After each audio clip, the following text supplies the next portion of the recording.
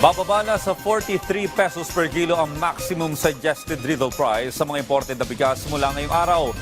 Dapat noong pang July 1 ito ginawa, ngunit ipinagpaliban dahil sa hindi matatag na presyuhan ng bigas sa international market, bunsod na nangyaring tensyon sa Middle East. Si Bel Custodio sa detalye live. Rise and shine, Bel.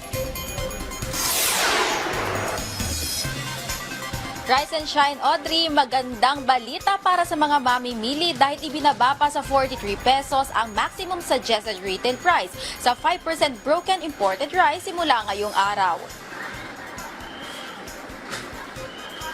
Ayon kay Department of Agriculture Assistant Secretary Arnel de Mesa, wala pang isang taon, 15 piso nang ibinaba ng maximum suggested retail price na malaking ambag sa pagbagal ng inflation, lalo na sa bigas na nakapagtala na ng negative inflation. Simula Enero, 58 pesos ang sinet na MSRP sa 5% broken imported rice na bumaba na sa 43 pesos simula ngayong araw.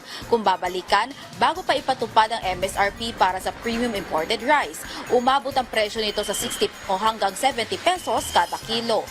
Pero ngayon, ayon sa DA, simula nang magpatupad ng MSRP sa imported na bigas, mas nakakasabay na ang Pilipinas sa pagbaba ng presyo ng bigas sa world market. Patunay lamang ito na epektibo ang akbang ng pamahalaan sa ilalim ng administrasyon ni Pangulong Ferdinand R. Marcos Jr. para pababain ang presyo ng